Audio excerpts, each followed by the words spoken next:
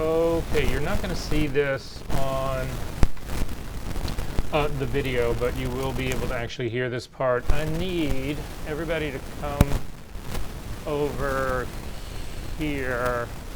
Yep, everybody come over here really quick. And you need to see this table.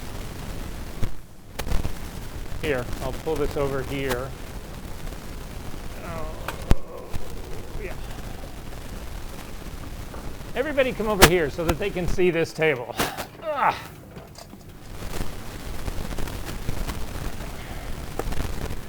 What I really need you to see is the table on this wall. So we're going to deal with complex shadows today. And I do this all the time. It's the way to pre-visualize. It's shocking how much you guys actually know when you look at something if something is right or wrong, if something's not the way it actually should be. And shadows are a very particular thing. And so what I want to show you is what happens with a compound shadow. So most of us are sort of used to this, where you sort of see the shadow. And if we take a look at it, what you can see is that the shadow here, if you look right next to the point, it's actually considerably sharper than as it is when it goes away. And it also is darker when it's really close to the point that's actually kicking the shadow. And it gets lighter as it goes away. So there's two things. It fades as it goes away, and it gets softer as it goes away, right? But now we need to talk about compound shadows. And that's what happens when you hit two different surfaces. And look what happens on this one. So I'm going to put my guy right here. And you can see that in this case, the shadow actually, the direction of it on the ground takes off on a diagonal, which explains where this light is. But then look what happens when it actually hits the back wall. The direction of it changes, and it goes back to exactly the orientation that the subject itself is. Does this make sense to everyone? So a lot of people would say, oh, we're going to do this compound shadow part, and they would just have it more like this on the whole thing. That's not how they work. They actually completely change direction. And if you get this part right, you can actually have a remarkably convincing composite. Does this make sense what's going on? So don't hesitate to pre-visualize this stuff. I've done more lighting with this little flashlight on my table, on my coffee table, than you can possibly imagine using a pen as a person. Make sense? So that's what we're going to do today, is build compound shadows. One of the many things. Okay.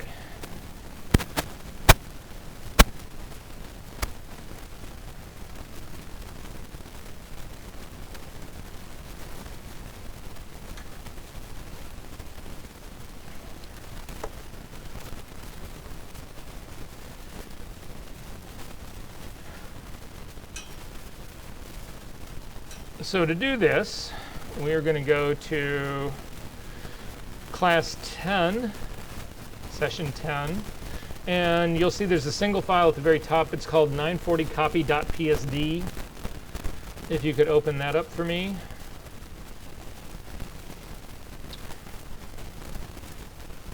So I'm going to give you a quick little tour. Could everybody find that file?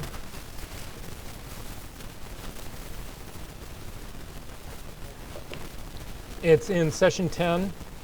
The file number, the name of the file is 940copy. Okay, if we take a look at this, when it opens up, it should, unless something has changed, it should just look like a color blue. So it's sort of a slight gradient. There's a little bit lighter at the bottom, a little bit darker at the top, not much. If we come over and take a look at our layer stack, you will actually see that there is a single smart object that's on at the very bottom. That smart object that's on at the very bottom is actually a photograph of blue sky. It's a real photograph. You should know that if you guys get into making synthetic backgrounds, which you can do, if you create just a solid color block in Photoshop, it doesn't tend to look real in a composite because it has no grain or noise or structure to it. It's just a synthetic color that Photoshop has created. Does that make sense, everyone? So if you're going to do that, let's actually do it really quickly, just so that you can see what I'm talking about. I'm just going to hit Command-N to bring up a new, I'm just going to create another new blank file Mine's going to be a 5x7 by 300. It doesn't really matter what that part is. So the file opens up, and I'm going to fill it with a color very similar to this blue. So I'm going to click on my foreground color picker. I'm going to click right in the middle of that blue to actually say that's the color I want. This part doesn't, it doesn't have to be exactly the same color as mine, but close. I'm gone back to my new file here. That blue is my foreground color. Option delete will fill this with blue. Now if you come into this really closely, again, you'll see the problem with this. This does not have the same characteristic as a real sky. If we come into the real sky part, hang on one second.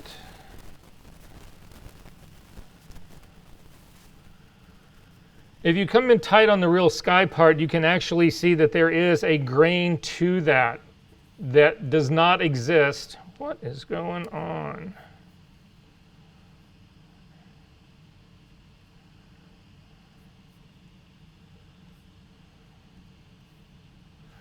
That does not exist. So if that's something that you need to do, the trick to actually giving it a sort of a real tangible thing is to actually add noise to it. So to do that, come up to the filter menu, down to noise, over to add noise. And again, I'm doing this on a background layer. I have no version of this, which is a mistake. So I'm going to hit cancel out of here, Command J to make a copy of it, and then go back to filter and down to noise and add noise. And you can see when the add noise dialog box comes up, it clearly adds noise. So the noise that I prefer to work with is monochrome to begin with. So I'm going to click on the check mark on the very bottom. It adds a structure to it without adding, if it's not in monochrome, you'll get red, green, and blue color, which is more like moire or serious noise, which is not what I'm really trying to do. I'm just trying to give this structure. You can go back and forth between uniform and Gaussian. Gaussian tends to be a little bit more aggressive, so I'm going to leave mine on uniform and then simply drop this like way down. So I'm going to come down to like around a 1% maybe. Again, use your preview button on and off. That 1% may be a little strong, so we'll go to 0.5% and see what that looks like.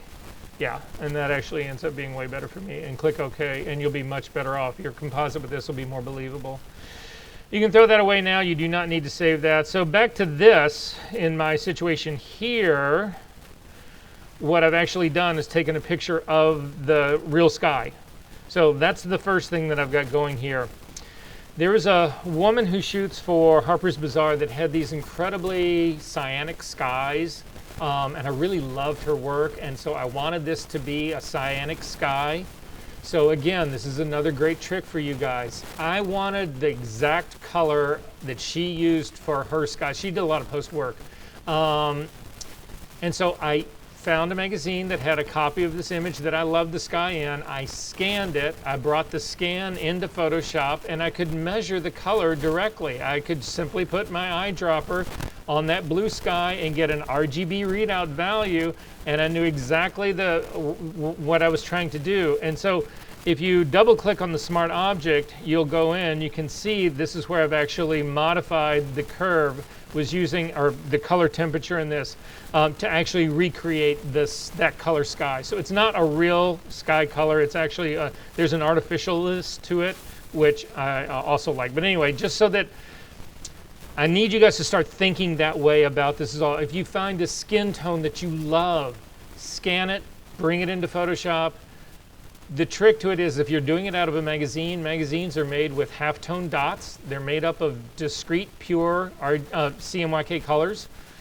Blur it before you actually try to do a reading of the color, just like we were doing when we were trying to remove the sunburn.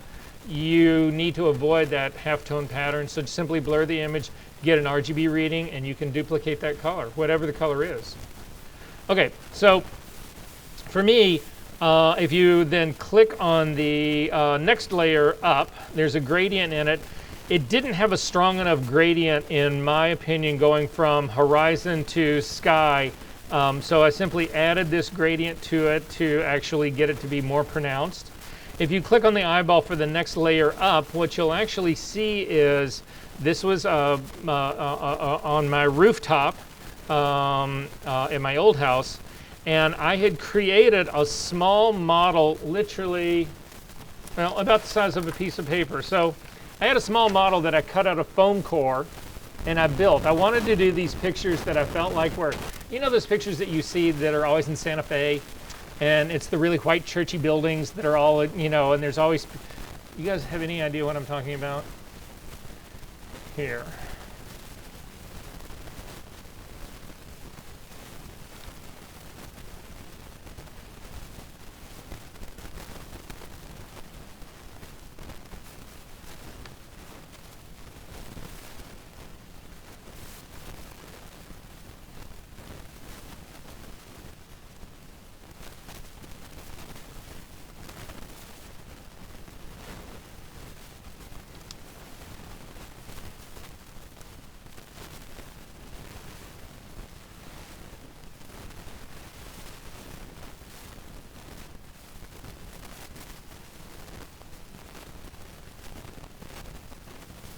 This kind of look. That was kind of the vibe that I was going for. Wow, that was a really long way to get there, wasn't it? So I built this thing out of foam core, and that's all it is. It's just literally, it's a little model that sits in my hand about like this. And I took it up onto my rooftop and I shot it in available light because I wanted real sunlight on this. However, I didn't want to see the plants that are on my rooftop in the background, so that's what this layer mask is about. And if you hold down the shift key and click on the layer mask, it'll actually get rid of it. Then the next layer that's up on this, if you zoom in close on this, you can actually see the edge of the foam core, which I thought was a giveaway. So the next layer up is simply gets rid of the edge of the foam core. And so now this is basically the background that I'm going to composite my body into. If you then click on the body, you can actually see this is a figure. We've actually worked with this figure before. If you click the group and open it up, you'll actually see that inside of this is, there's a number of layers that are going on inside of this. There was some stuff that was warped in here. There's a number of things that are changed in here. There's a lot going on in here, and I personally don't like working with that.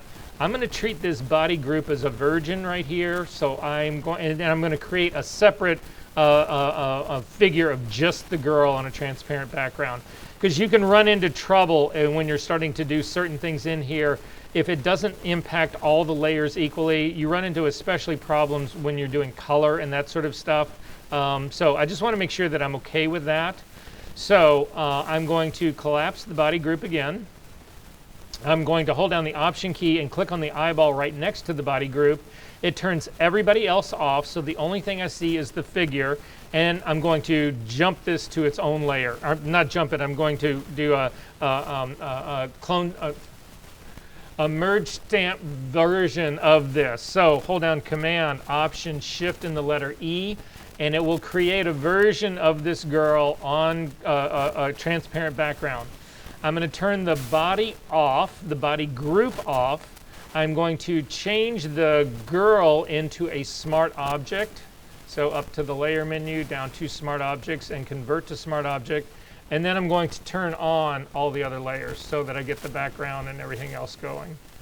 So this is where I'm at right now, and this is what I'm going to try to work with to create a believable composite in here. So the first thing that I have to ask myself is the direction of the light. Where's the direction of the light on my background? Is there a clue? Where? The shadow on the right. And what's that telling you about where the light is? It's got to be coming from the right. So we're talking about this shadow right here. It has to be coming from the right side. If the light was coming from the left side, there is nothing to explain this shadow. There's nothing to create it. It's got to be coming from the other side. Does that make sense, everyone? I gotta be honest with you. Everybody thinks they know shadows and how simple it is, but this shit can get really confusing. Where's the light on the girl coming from? This is always a tough one, especially if you look at her face, because that's what everybody does. Everybody looks at the faces, and you look at that and you say, oh, well, the lighting, I can't tell. Don't look at the face. Look at the body. Look at her legs. Look at her arms. You will see the shadow on those parts. Where's the lighting coming from on the girl? Well, look. Zoom in. Don't I have a big old shadow on this side, on the right side of the girl, and a big old highlight on the left of her arm? So the light's got to be coming from the left side, hitting her arm and throwing shadow onto the right side, isn't it? Come on, you guys are fourth year photography. This is lighting 101, right? So the light's coming from the left side on the girl, the right side on the background. That is a problem. So I've got to flip one of them because my light source, it has to appear as if it's one, right? So I'm going to flip the girl. So I'm going to go up, click on the girl, come up to the edit menu, down to transform, and then down to the bottom to flip horizontal, and it'll throw her the other way. Now she's actually facing in the right direction. The light is coming across, and the light is it's coming from the same direction on the figure as it is on the background. And that's like our first most important move. If we don't get that part down, we're screwed. So then we're going to actually go in to make shadows on this. Now, it is a relatively hard light. You can see if you look at the shadow that already exists, the quality of that part that's right there, that's something that we need to pay attention to. So I need a relatively hard shadow, and that's what we're actually going to make for this. To do this, we start by actually loading the girl as a selection. We are going to base our shadow actually on her. So hover over the smart object that is the girl, just hover over the thumbnail, hold down the command key and click once. It will like load the girl as a selection. And then I'm going to come down and click on the body group, because what I want to do is I want to put a layer underneath the girl. So I'm going to click on the body group. You don't need to turn the eyeball on, just click on it and then add a blank layer above it. And I'm going to double click on this. Mine's called layer 3, and I'm going to call it shadow 1. And then my foreground and background colors are not their defaults. I've got a blue and a white in there, so I'm going to hit the D key to default them to black and white. Black is my foreground color right now, so I'm going to fill this selection of the girl with black on that shadow layer. Again, because black is my foreground color, Option Delete will actually fill it, Command D to deselect. Now if you turn off the eyeball of the figure, you'll see that you've actually got a silhouette of this girl sitting right behind it that's based on this. Does everybody have this? Yes.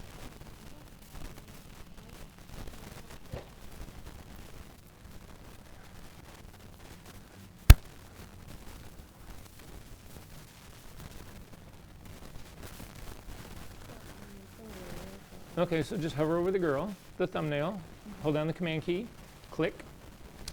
Come back to this layer. It's already selected. That is your foreground color. So then hit Option Delete. We'll fill that on that layer.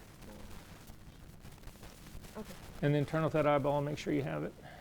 Yep. And hit Command D to deselect. You don't want that selection still going. Everybody else is good? We need to make a copy of this shadow. So simply hit Command J to make a copy of it.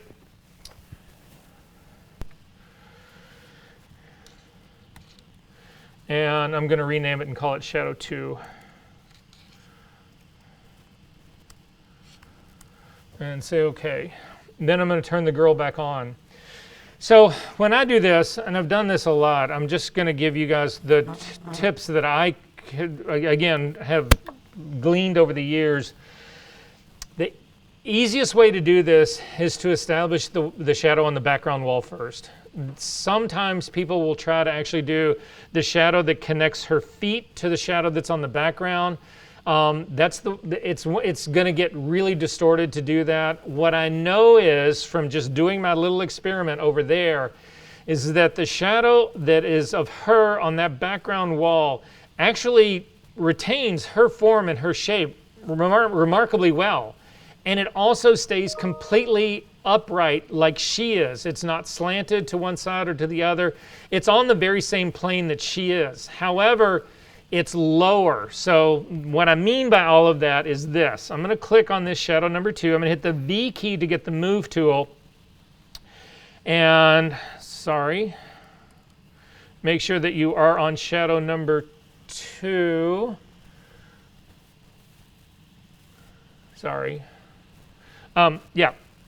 shadow number 2, and simply drag it down onto the back wall. And what I'm trying to figure out now is this. How is the light that's actually hitting the girl, how would that reveal itself on the background? It would not be like this. There is no way that that shadow being this high is correct.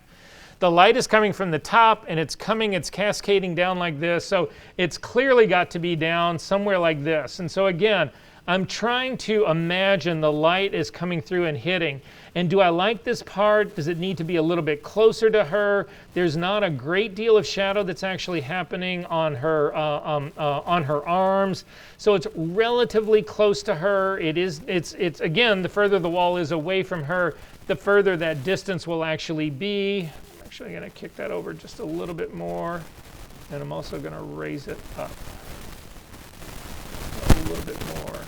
And guys, all I can tell you is there's no magic to this. You've got to look at it. You've got to live with this a little bit. You got to say, yeah, does that look right? Do I feel good about this? The one thing you cannot do is rotate this shadow thinking that, okay, she needs, the light's coming from the right-hand side, so in other words, you can't do this. That is wrong. I know that's wrong from just doing my little pen experiment right over there. I know that that shadow would not twist to one side or to the other. So I'm going to go with this. Now I've already made a couple of selections for you guys to work with. So if you go down in your channels palette, you'll actually see that there is a channel at the very bottom called back wall. Simply, these are pre-made selections to save us time. I am going to load this as a selection, so hover over the thumbnail, hold down the Command key and click to load it as a selection. And then over on your Shadow 2 layer, we're going to simply add it as a layer mask. And I'm off to the races. So is everybody this far? Say what? Sure. So, do you have the shadow on the back wall? Okay. So if you look at the very bottom of your channels palette, at the very bottom there is a channel called back wall. Hover over the thumbnail, hold down the Command key and click. It loads it as a selection. And then come back to shadow number 2 and simply add a layer mask. And it gets rid of that shadow that would be connecting her feet to the background. Okay, so now I need to actually build the shadow that connects her feet to the background. So I'm going to go to shadow number 1 now.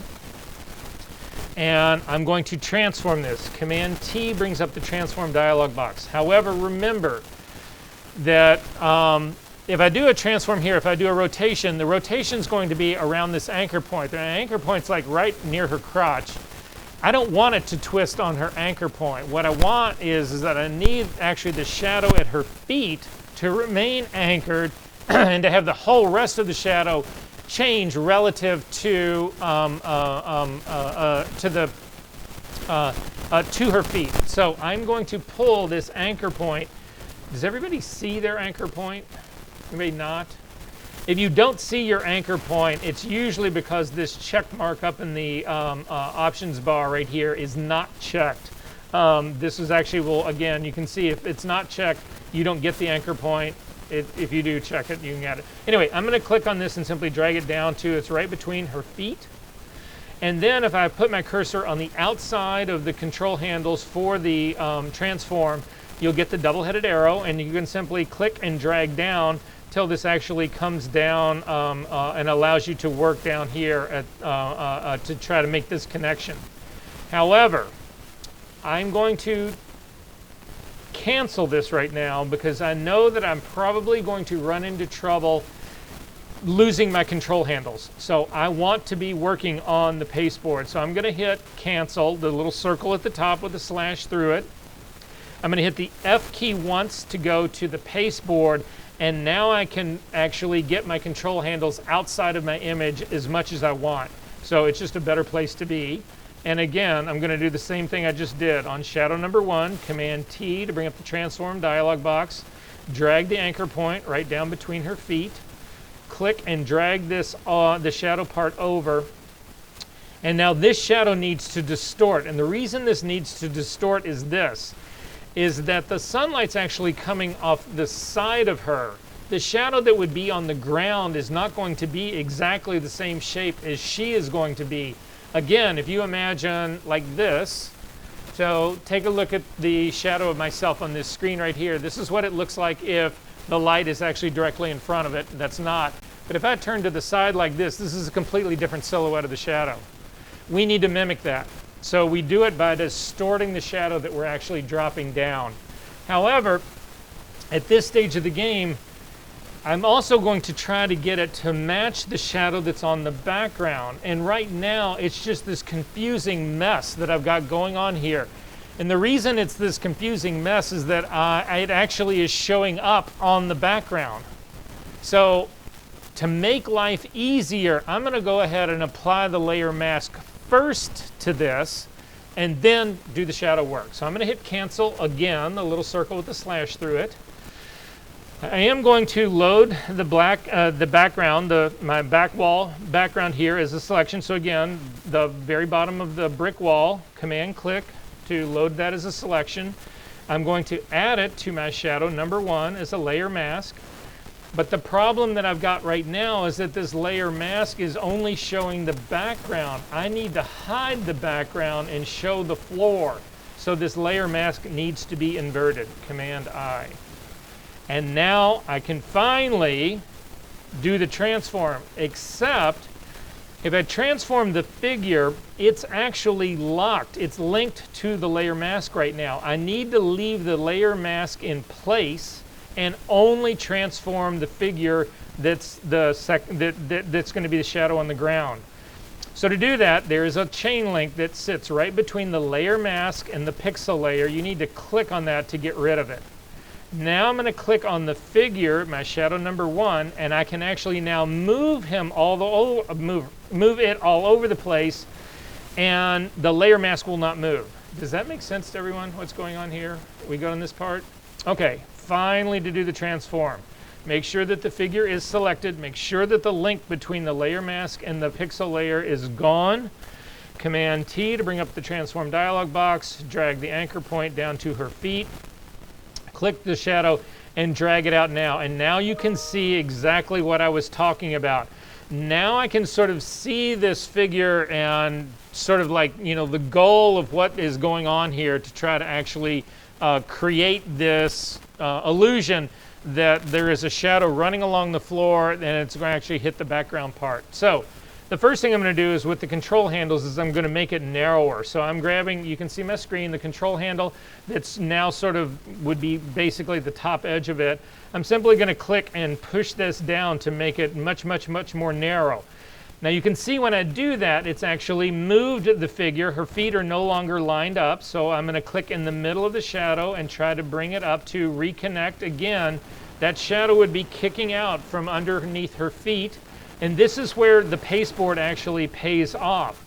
You can actually come over and get to the other edge here and continue to actually bring this down. Now I'm going to zoom in on this a little bit. It does not need to be perfect. We can actually do other things. But what I'm looking to do, if I can, is I'm going to try to get this leg to reconnect as much as possible. So I'm talking about her left leg now. I'm trying to get the edge to connect, so the edge that's on the floor, so that it matches up with the other one. The whole thing is going to be a little bit too wide. I'm not worried about that. I can go in and adjust all of this after the fact, but I want to get it as close as I possibly can. The shadow is still too thick. It's still too, so I'm going to click on the top handle adjustment part, and I'm going to bring this in a little bit more. And what I'm really trying to get here is to end up with pretty much the edges. So I'm looking for the outside edges. If I can get the outside edges to actually line up, I'm feeling pretty good about that part. So that's really all I'm going to sort of go after here. You need to revisit the front, and you'll notice here in the front that, again, the feet are off on the front part right here. So I sort of like what's going on with the legs. I'm going to change my anchor point. I'm going to click on the anchor point that was between her feet, and I'm going to put it right between her legs on the ground in the back, hopefully allowing me to rotate this up without her feet without the shadow moving too much. So that'll allow me to bring this back up, her feet, so that they hit the anchor point a little bit more. Again, this is a whole iteration thing. You just keep working this thing back and forth. I'm going to continue to move this stuff in. And that's looking reasonably good for me right now. So this is sort of what mine looks like. It's not perfect, but it's actually getting relatively close to this part. Are you guys sort of getting something that is looking somewhat reasonable?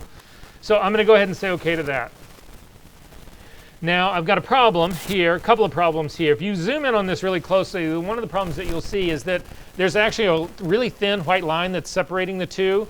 The reason that line is separating the two is that that's actually the width of the selection that we actually made. So when I used that selection and then inverted it again, it's a single pixel width here. I can take care of that. I can paint that part out. I'm not worried about that. This one edge that's on the outside of my left one right here, this guy right here is actually lined up pretty well for me. However, the other edge has not lined up well for me at all. This is not working for me right here. I need to add something to this to actually make the shadow complete. And the easiest way to do this is to use the pen tool. So I'm going to hit the P key to get the pen tool. And the reason I want to use the pen tool is that you can see there's sort of a bend and a curve in her leg. I kind of want to imitate what's really going on with that. So I don't want to just hit a straight line. I don't want to try to paint this by hand. I'm just going to click on that corner point, and then I'm going to come down to her lower leg, and I'm going to put a little bit of bend in there, and then simply come back around to complete this entire selection, and then go to my path palette. I'm going to double click on this work path, and I'm going to call it left leg, and say okay. I'm going to hover over the thumbnail, hold down the command key, and click to load it as a selection. Now the stuff that I've got going on here right now is relatively sharp edges anyway, so I'm not going to blur this edge a great deal, but it needs to be softened just a little bit. So up to the select menu, down to modify, down to feather, and I'm going to do like a half a pixel, so 0.5, and say okay to that. Then back to my layers palette, click on the, again, still working on the pixel layer of the shadow that's on the floor, and we're just going to fill this with black. Black is my foreground color, so Option Delete, Command D to deselect. Now in this case, it looks like it's kicked out a little too much, and I'm not entirely certain why, but again, just the pen tool that I drew. So I'm going to hit Command Z to undo that. Command H. Yeah, I'm going to go back in history and just do the same thing all over again. So I'm going to do a whole new pen tool part. So I'm going to go to new work path, start in a little bit more, crank this in a little bit more, and then go around again. Click on the path palette, double click on work path, call it left leg. Say OK. Command click to load it as a selection. Up to the select menu, down to modify, down to feather. A half a pixel is good. Back to my layers palette right here. And again, black is my foreground color. Option Delete, Command D to deselect. Much better. I need to do the same thing on the other side. Again, and I didn't get it like perfect on either one, so I've got to go after these for both of them. So again, the pen tool, pull it out a little bit, put a little bend into it, bring it around. I'm actually going to do both of them because this is going to be for the whole right leg. So I'm going to click again on the other point and I pull it in and put a little bit of a curve into it just so it doesn't look like a straight line. And bring this back around. Go into my path palette, double click on work path, call it right leg. Say OK, Command click on the thumbnail of right leg to load it as a selection. Up to the select menu, down to modify, down to feather. A half a pixel will be fine. And again, check to make sure I'm on my shadow that's on the floor and fill this with black. Black is my foreground color. Option Delete, Command D to deselect. And things have actually lined up pretty well for me right now. So this part's actually working reasonably well. I need to check her feet. If you come in, the thing that you'll notice about this is that I have no shadow that's actually between her toes, and there would be one right there. The shadow coming off the back of her foot, I'm feeling pretty good about. It's registering pretty well with, again, the way her shoes would be kicking down. So that part seems to be correct to me. But what's not correct is that there would be a shadow, again, right between her feet. Her right foot would be casting one in between her toes. So we need to build that part in. It still is the shadow that is the floor. So again, I'm going after the pen tool, P key. I'm going to simply click, and I'm going to put a small curve again just underneath this part. And I'm probably going to do another little bit of shadow that's right under the shoe, her right shoe. Because you can see her right shoe, she's actually on heels, and the front part of her right shoe is lifted a little bit. So there would be a small amount of shadow underneath that shoe. However, the left foot, this foot right here, she's actually up on her toe. So there would be no shadow underneath that part that would be visible to me.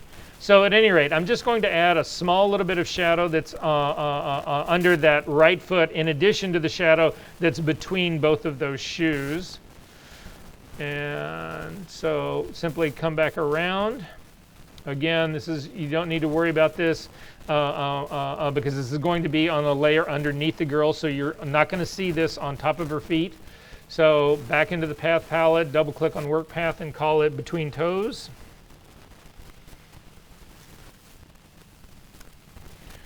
Command click to load it as a selection, up to the select menu, down to modify, do a feather on this, half a pixel is fine.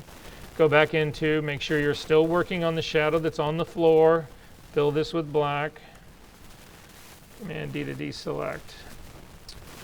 All right, at this stage of the game, save your work. Up to the file menu, down to, if we haven't saved this before, and I don't think we have, yep, you want to do a save as.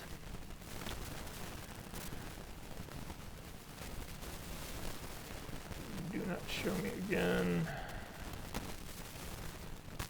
And save. Okay, so this is getting us kind of close to where we want to be. At this stage of the game, I've still got some tweaking to do, and I need to combine these shadows so that I can actually really function, get them to function as one on here. So to do that part, I've got to combine them. To combine them, I need to turn off everybody except for the shadows. The easiest way to do that is to simply hold down the Option key and click on the eyeball of one of them. It doesn't matter which one. I clicked on the eyeball for shadow number 2. It turns off every single layer that I've got except for that one. And then I'm going to click on the eyeball for my shadow number 1 so that now I've got the complete group is actually showing. I'm going to select the top of the shadows because I'm going to do another merge stamp version of this, but I want it to be on top of the 2 shadows that actually made it. So I'm selecting the top shadow, holding down Command, Option, Shift, and the letter E. It gives me a merged version of this, and I can click on that and call it Total Shadow.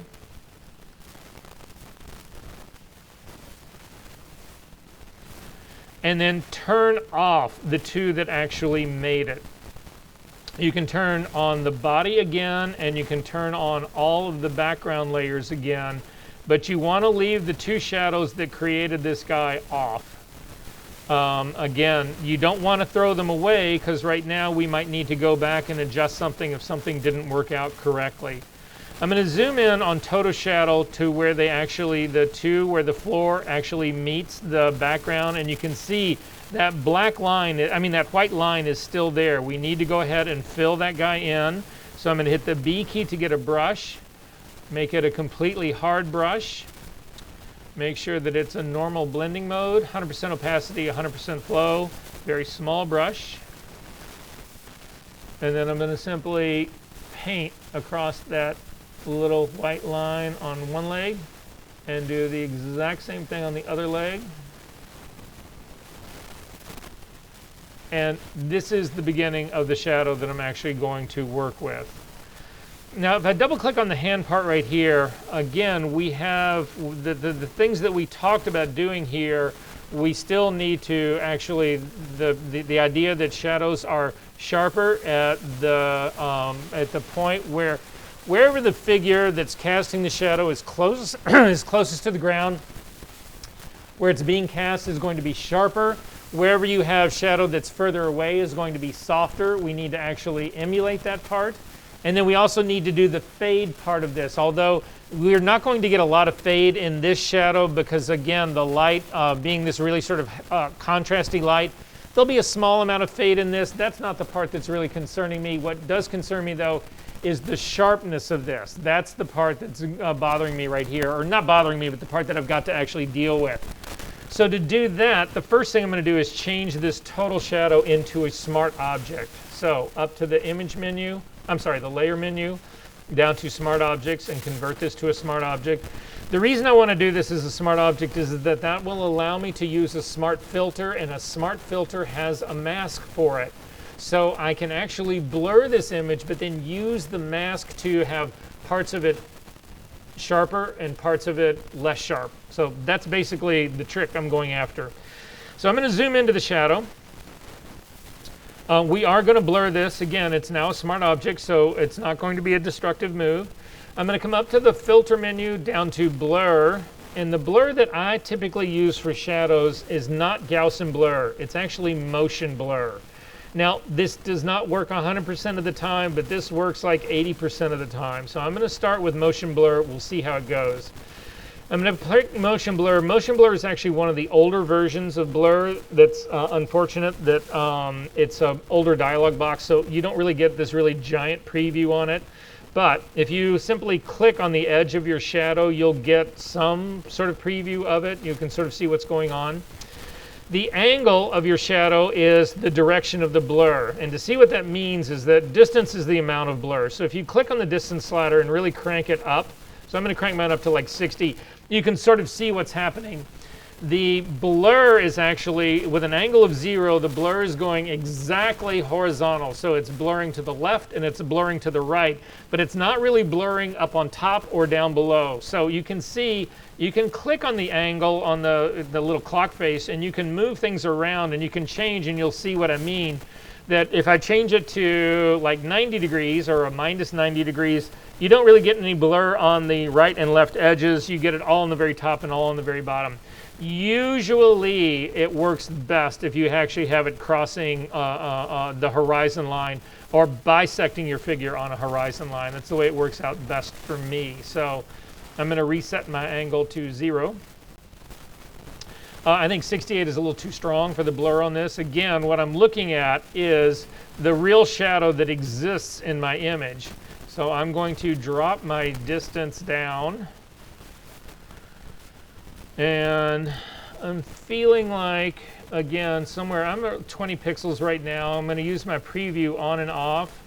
And that's actually feeling pretty good to me. It's still relatively tight in here, but I'm feeling pretty good about that. So I'm going to go ahead and do it as a 20. Remember, the advantage of this is that it's going to be a smart filter. So if the 20 doesn't work out, we can go right back in and we can actually increase it or decrease it. It stays available for us to edit. I'm going to go ahead and say OK to that. You'll notice that it actually has put a filter down, this motion blur, but I do have that smart filter layer mask. So what I need to do now, if you zoom into her feet, you will see that the blur is actually on her feet, and it shouldn't be. This should be much sharper at this area right here. You can try to hand paint these things. I don't ever find that to be, well, you guys already know how I feel about hand painting. The reason I'm a photographer is I couldn't paint. So I'm not going to try doing that. Instead, what I'm going to do is, well, here, just so that you can see what's going on, hit the B key to get a brush. Make sure that you are working on the mask for the smart filter. So again, you've got to make sure that those little brackets are around the mask for the smart filter. So, because that's what we're going to be painting into. Again, the B key to get a brush. Make sure that in this case, I'm going to do a medium hard brush. Normal blending mode, 100% opacity, 100% flow. Black is going to be my foreground color because, again, I want to hide the blur that's right around her feet. I'm going to make this a little bit larger. my brush, and then you can simply paint in, and you'll see that you actually create a greater sharpness right here because we've actually masked off the blur using the Smart Filter mask. Does this make sense, everybody, what we just did? So that doesn't really work for me. Again, the fall off is too quick, it's too sharp, so I'm going to try another trick. I'm going to hit Command Z to undo that.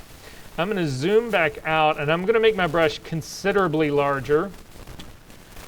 A really big brush, and what I'm going to try to do is just count on the edge of this brush. I'm going to go ahead and make sure it's completely soft.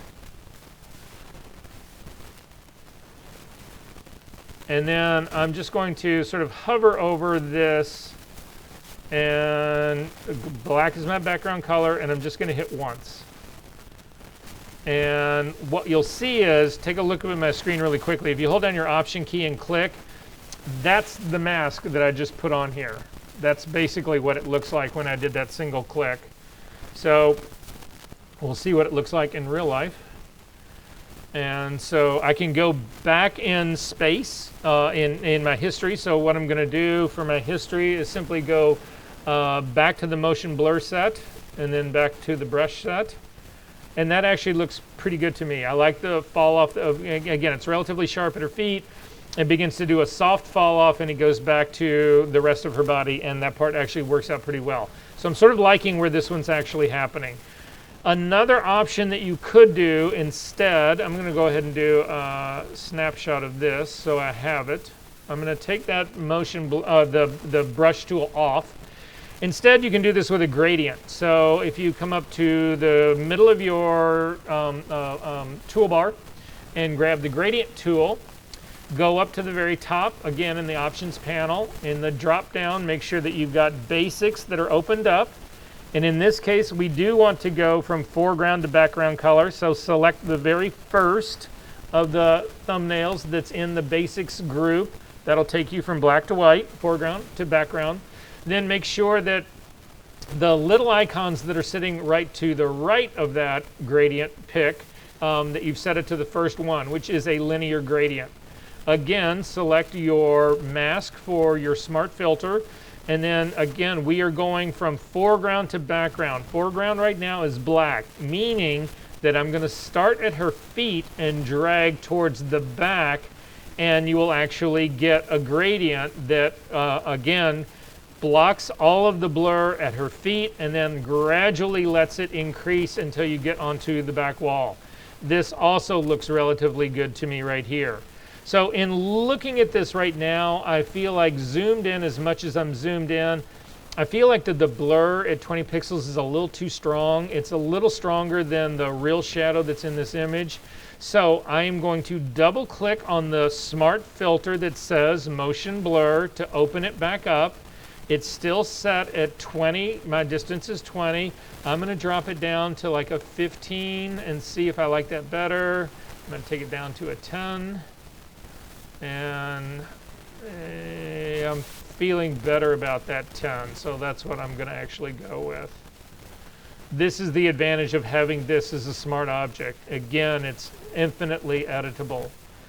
So I feel like I've got actually a pretty good shadow part working in here, but what most people do when they get to this part of the game, whatever, is that then they simply drop the opacity of this. So if you come over and you click on the opacity slider at the top of this layer and simply start to drag it down, what ends up happening is it actually ends up mimicking more the shadow that we've actually got. But there's a problem with this, and the problem with this is that this is not how shadows actually work. The way shadows work is you are removing light. This is not removing light. This is laying gray on top of a figure, on top of a background. Does that make sense to everyone?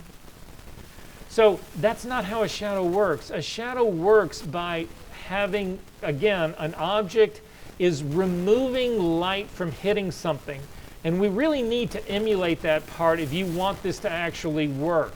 This is basically just a gray overlay that we've thrown on here. It has the illusion of a shadow, but it isn't really the way a shadow would actually work. So we need to actually, if you're really going to trick this out, to have it work this way, then you got to take this to the next step, which we're almost ready to do. Now in my case, I've got color samplers that are already on here. Do you guys have color sampler points on yours? Let's get rid of them to begin with. So again, I'm just going to go up to my color sampler tool. I'm going to clear all. Then I'm going to drop one color sampler point on the shadow that's on this back wall, and I do another one on the real shadow. And I'm going to do it on the real shadow one. I'm going to pick sort of like in the middle area. I'm looking for a general thing. I don't want to get near those darker lines that are in the real shadow. I'm going to simply drop a second point right there. So now I've actually got the points that I want to actually control this. But I'm going to do this using a curve, because a curve will allow me to actually control this the way a shadow would really, really work. So with that being said, crank the opacity of your shadow all the way back up again, the total shadow. We're going to load this as a selection. So hover over the total shadow thumbnail, hold down the command key, click to load it as a selection.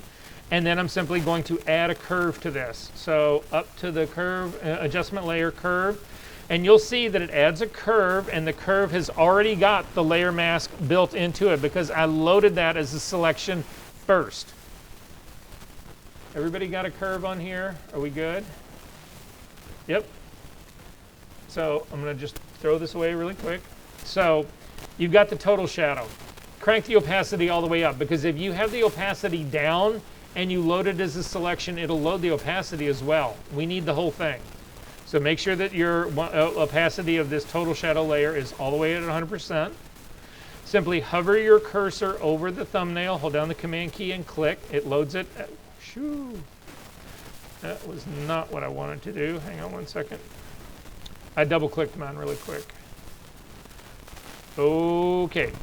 So hover over the thumbnail, hold down the command key and click once. It loads it as a selection. And then we're going to simply add an adjustment curve above it. And when we do that, it adds a curve with the mask already built in. So it's just it's a shortcut, but we've been doing this all along. Turn off the total shadow smart object. You'll see it disappears. But now I've got a curve that will actually allow me to do what really happens. I can take the brightness, the highlight, not the highlight slider, the white point that's sitting at the very top corner, and I can click on this and start to drag it down. And what it is actually doing now is removing light. It's not turning this thing into gray, it's removing light from it, which is how a shadow really works. But even better, shadows rarely are a neutral gray. They usually always have a color cast in them. And if we look at our number 2 points right here, you can see that there is a color cast. So that's a number 2 point, the readout of the real shadow in here, in my case, is reading 158, 153, and 149. That means that there's a little less blue than the other two colors, and there's a little bit more red. So it's kind of it's a combination of a little bit more yellow and a little bit more red both. If you want your composites to be believable, your shadows should have the same color, and we can do that now because we are working with a curve, not because we are trying to deal with opacity of a layer.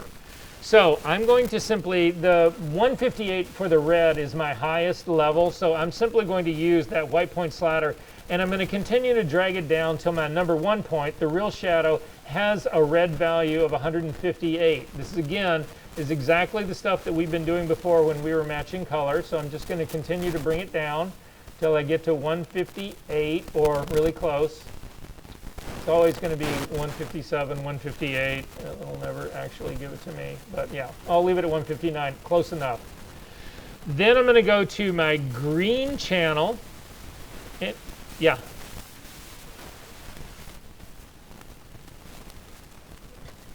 Yeah, no, let me just see.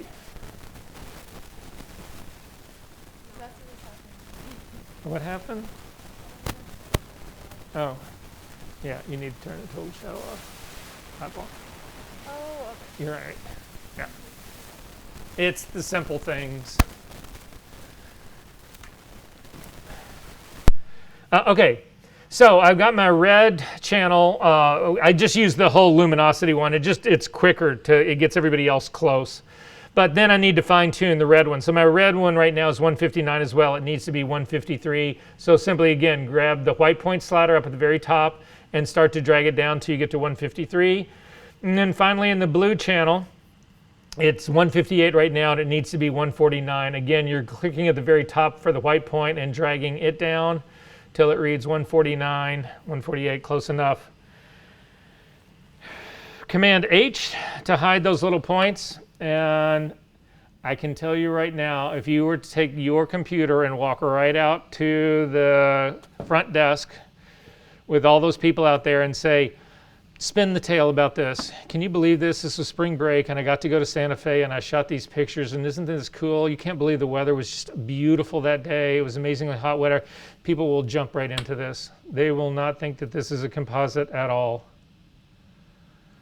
Are we good on this part? Couple last things to trick out just to make sure. Hopefully you guys did keep your action that will actually make your check layers. Did everybody keep those? Did anybody not keep those? All right, let's just run check layers on this really quickly. There's not going to be a color issue in here because there is no real color in this. There might be a saturation, but I need to look at contrast in this just to see. So I'm going to go to my check layer group and run it. And on my top one, I'm going to turn off my color check. I'm going to start with my, it's not going to be the color group. I'm going to start with my luminosity check layer part here. And when I look at the luminosity part on here, I feel like that the girl is slightly darker than the rest of this background. So again, I'm going to try to change that. I'm going to click on the girl to make her active. I'm going to add an adjustment layer on top of this. So again, I'm going to add a curve on this. The very next thing you do is clip this curve to the girl. So you hover your cursor between the curve and the girl layer, hold down the Option key and click. That then clips the curve to the girl so that when I do any changes in here, it's only the girl that gets changed. It's not the entire image. But then also you need to change the blending mode and do this immediately. This should be just automatically that you do this immediately, because if you forget somehow, again, I'm going to change the tone of this girl. It's also going to change the color of this girl if I don't change the blending mode. You need to change the blending mode of this adjustment curve from normal down to luminosity. And now when I actually make that change, the only thing that will change in here is the luminosity. It will not pervert the color. And I'm going to slightly boost this mid-tones of this girl up a little bit. And again, I think this girl is a little bit too contrasty as well, and that really might be my problem. So I'm going to turn off my luminosity check, and we'll see what happens when this curve goes on and off. Now, that's definitely helping the situation. I still think she might be a little too contrasty, but we'll see. I'm going to try my saturation check. And in the saturation check, I'm pretty much okay. She's about the same saturation as the color in the background, the sky part in the background. So that part's fine for me. And again, I don't really have a color on this. So if we take a look at your color check layer, let me turn it off the saturation check layer and turn on just the hue saturation color check layer right here. Again, there's no real color matching part that I can do in here. You can see that the shadows are exactly the same color, but she's never going to be picking up that blue sky, and then there is no color to speak of in the scene itself. I mean, it's a white scene, so color is not really an option here, but I am going to show you one last trick. If you felt like that the contrast of the girl was too strong, again, I think the small little lift that we did in tone actually took care of that part. But if you are in a situation where you do have too much contrast, I need everybody to look at this really quickly. This is my curve that I put on here to do this. I'm going to get rid of that part here really quickly. I take that back. I'm going to do a color. I'm going to do a snapshot of this first. So I'm going to go to history. I'll do a snapshot of this. We're almost done with this, guys. So this is just lifting basically the midtones in here. It's leaving the highlights and the shadows alone. That's what this curve, when you grab the midtone part, actually does. Typically, I'm going to tear this off right now. Typically, most of you guys know if you needed to add contrast to something, you put an S curve on it. Are you guys sort of familiar with that? If you're not, just go to your curve. Again, at the curve that we've got on here, come up to the very top. Now, just if you've got a point on here, simply tear the point off to give us the regular curve again. If you click on the drop-down menu under presets, you'll see that there's a set that Adobe provides for you, and one of them is actually medium contrast. And if you click on this and add it, you'll see what is considered a characteristic S curve. And what's happening here in the S curve is that it's pulling the shadows down, making them darker, and it's pushing the highlights up, making them lighter. That's exactly what contrast is. It's when you take your shadows, you make them darker, and your highlights, you make them lighter. So this adds contrast. You can see it makes her a whole lot contrastier. So by inference, you would think if I needed to reduce the contrast on her, I would simply do the opposite curve. I would drag the, so we'll go back to just a normal curve. So I'm going to come up to where it says just the default. I'm going to grab the highlights and I'm going to bring them down, and I'm going to grab the shadows and I'm going to lift them up. And this is what you end up with. So again, less contrast. I think that image looks ugly as shit. This is the worst way in the world to actually get rid of contrast. Nobody does it this way. So I'm going to tear those points off. I'm just going to leave this curve untouched as it is right now. I'm going to come back to the girl. And with the girl right now, again, she is a smart object right here, which is great. There are smart filters, unfortunately, that are not in the filter set, and they should be, but they're not. So you would think that every filter in the world would be under the filter menu. This one is not. But it is the best way, hands down, to to lift contrast. Adding contrast using that curve, S curve, whatever, is pretty safe. But if you want to reduce contrast, this is the best way, hands down, to do it. Come up to your image menu and come down to adjustments and then down to shadows and highlights. So take a look up at my screen to see where I'm at. Hopefully you guys can do this with me. So again, adjustment, shadows and highlights, and a dialog box will actually pop open. When this thing pops open, it always does this. It always lifts the shadows first.